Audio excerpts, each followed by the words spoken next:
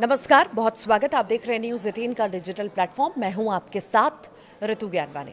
America के राष्ट्रपति Donald Trump ने गुरुवार को ईरान को कड़ी चेतावनी दी है। उन्होंने कहा है कि अगर वॉशिंगटन के साथ परमाणु समझौता नहीं हुआ तो ईरान को बहुत बुरा नतीजा झेलना पड़ सकता है।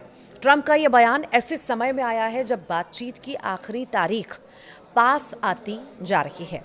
ट्रंप ने ये बात इजराइल के प्रधानमंत्री बेंजामिन नेतन्याहू से मुलाकात के एक दिन बाद कही है। नेतन्याहू हाल ही में व्हाइट हाउस आए थे। ट्रंप ने कहा कि उन्हें उम्मीद है कि अगले एक महीने में बातचीत में कुछ आगे बात बनेगी, लेकिन अगर समझौता नहीं हुआ तो इसके गंभीर नतीजे भी होंगे। ट्रंप ने चेतावनी दी है। ट्रंप ने पत्रकारों से कहा, हमें समझौता करना ही होगा, नहीं तो बात बहुत बिगड़ जाएगी। मैं ऐसा नहीं चाहता, लेकिन डील करना ज़रूरी है। उन्होंने आगे कहा, अगर ईरान ने समझौता नहीं किया तो उससे बहुत नुकसान होगा। अगर डील नहीं हुई तो फिर मामला बिल्कुल बदल जाएगा। ट्रंप ने यह भी कहा कि उन्हें उम्मीद है कि अगले एक महीने में कोई नतीजा निकल आएगा, लेकिन अगर ऐसा नहीं हुआ तो दबाव और बढ़ाया जाएगा। उन्होंने ये भी कहा कि देखते हैं कि हम डील कर पाते हैं या नहीं। अगर नहीं कर पाए तो हमें अगले कदम पर जाना पड़ेगा। वो कदम उनके लिए बहुत सख्त होगा। ट्रंप ने पिछले साल ईरान के परमाणु ठिकानों पर हुए दरअसल अमेरिकी हमलों का भी जिक्र किया है। इस दौरान ये हमले उस समय हुए थे जब इजराइल और ईरान के बीच करीब 12 दिन तक तनाव और टकराव चल रहा था। ट्रंप ने कहा कि ईरान को उसी समय समझौता कर लेना चाहिए था।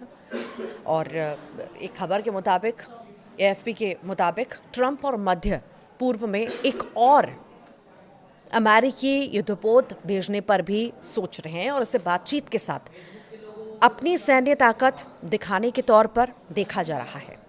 जहां ट्रंप बातचीत को लेकर भरोसे में दिखे हैं तो वहीं नेतन्याहू थोड़ा सा संभल कर बोलते हुए नजर आए हैं।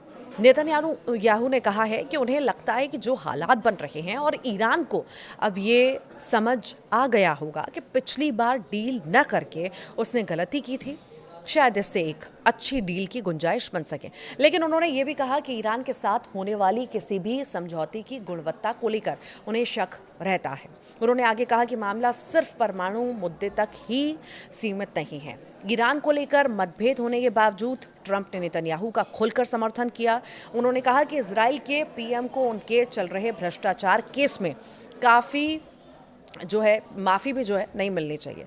ट्रंप ने यह भी कहा कि आपके देश में एक राष्ट्रपति है जो उन्हें माफ़ी देने से मना कर रहा है। मुझे लगता है कि उन्हें ऐसा नहीं करना चाहिए।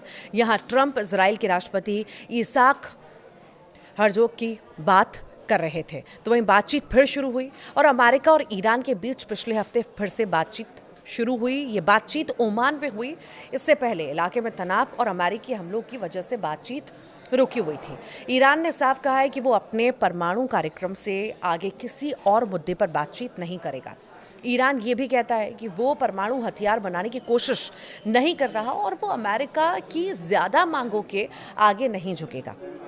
ट्रंप ने इशारा किया है कि वो बातचीत से बात सुलझाना चाहते हैं, लेकिन अगर ऐसा नहीं हुआ तो सैन्य रास्ता भी उनके सामने खुला हुआ है।